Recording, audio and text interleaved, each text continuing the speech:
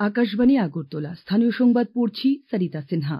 রাজ্য বিধানসভার অধিবেশনে গতকাল 2025-26 অর্থ বছরের ব্যয় বরাদ্দের প্রস্তাব গৃহীত হয়েছে।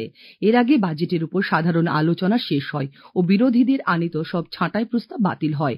উল্লেখ্য, গত 21শে মার্চ অর্থমন্ত্রী প্রণজিৎ সিংহ রায় 2025-26 অর্থ বছরের জন্য 32,423 কোটি টাকার বাজেট পেশ করেন। বিরোধীদের আনা ছাঁটাই প্রস্তাবগুলোর বিরোধিতা করেন অর্থমন্ত্রী প্রণজিৎ সিংহ রায়।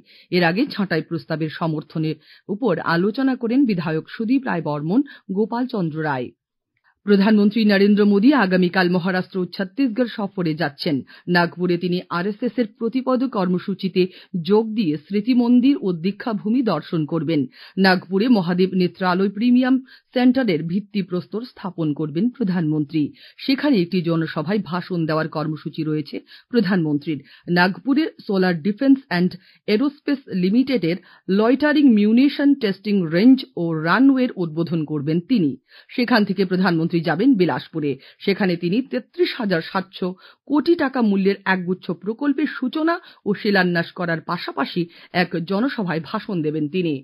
প্রধানমন্ত্রী নরেন্দ্র মোদী আগামীকাল সকাল 11টায় আকাশবাণীর মন কি বাত অনুষ্ঠানে দেশ বিদেশের জনগণের সাথে মত বিনিময় করবেন।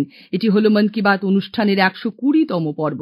এই অনুষ্ঠানটি আকাশবাণী ও দূরদর্শনের সমস্ত নেটওয়ার্ক, আকাশবাণী সংবাদ ওয়েবসাইট www.newsonair.com ও নিউজ অন এয়ার মোবাইল অ্যাপে শোনা যাবে।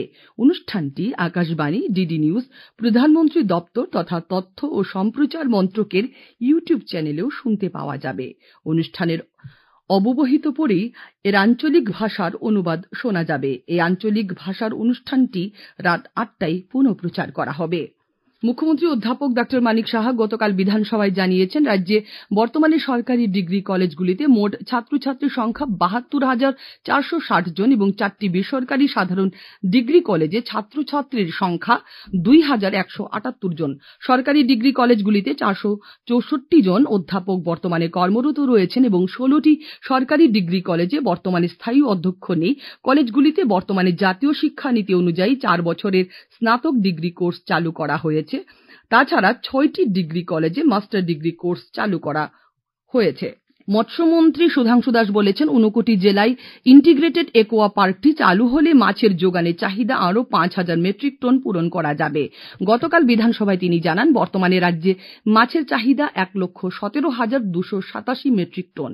সে তুলনায় মাছের উৎপাদন 85,805 মেট্রিক টন, ঘাটতি 31,000 মেট্রিক টন। মাছ আমদানি করে এই ঘাটতি পূরণ করা হচ্ছে। মৎস্যমন্ত্রী জানান, মৎস্য চাষের মাধ্যমে আয় বৃদ্ধি এবং অর্থনৈতিক সমৃদ্ধির প্রচুর সম্ভাবনা রয়েছে।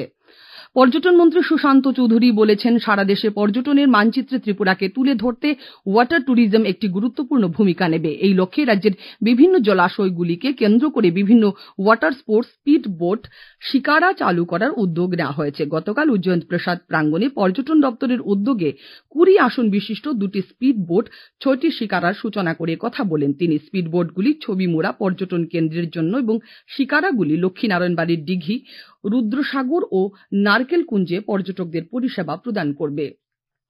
কবি নজরুল মহাবিদ্যালয় এনএসএস শাখার সপ্তাহব্যাপী বিশেষ শিবির উপলক্ষে গতকাল সোনামুড়া নগর পঞ্চায়েতের 7 নম্বর ওয়ার্ডে এক সচেতনতামূলক আলোচনা চক্র অনুষ্ঠিত হয়। উদ্বোধন করেন সোনামুড়া নগর পঞ্চায়েতের চেয়ারপারসন শারদা চক্রবর্তী। বরজলার প্রাক্তন বিধায়ক ঝুমু সরকার গতকাল রাতে জিবি হাসপাতালে শেষ নিঃশ্বাস ত্যাগ করেন। মৃত্যুকালে তার বয়স হয়েছিল 41 বছর। তিনি 2016 সালের বরজলা বিধানসভার উপনির্বাচনে সিপিআইএম প্রার্থী হিসাবে জয়লাভ করে বিধানসভার সদস্য হন। মৃত্যুকালে স্ত্রী, পুত্র, মেয়ে সহ বহু আত্মীয় পরিজনদের রেখে গেছেন। মুখ্যমন্ত্রী অধ্যাপক ডক্টর মানিক সাহা তার মৃত্যুতে গভীর শোক ব্যক্ত করে পরিবার পরিজনদের প্রতি সমবেদনা জ্ঞাপন করেছেন।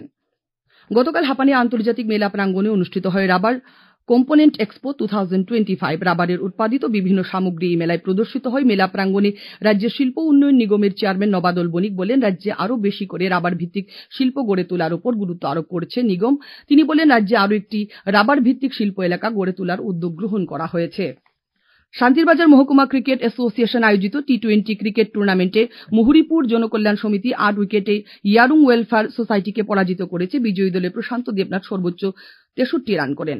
এখন আবহাওয়ার খবর। আজ দুপুর পর্যন্ত আবহাওয়ার পূর্বাভাসে বলা হয়েছে আকাশ সাধারণত পরিষ্কার থাকবে। আগরতলায় আজ ভোরে সর্বনিম্ন তাপমাত্রা ছিল 25.8 ডিগ্রি সেলসিয়াস, দিনের সর্বোচ্চ তাপমাত্রা 37 ডিগ্রি এবং সর্বনিম্ন তাপমাত্রা থাকবে 24 ডিগ্রির কাছাকাছি। স্থানীয় সংবাদ এখনকার মতো এ পর্যন্তই।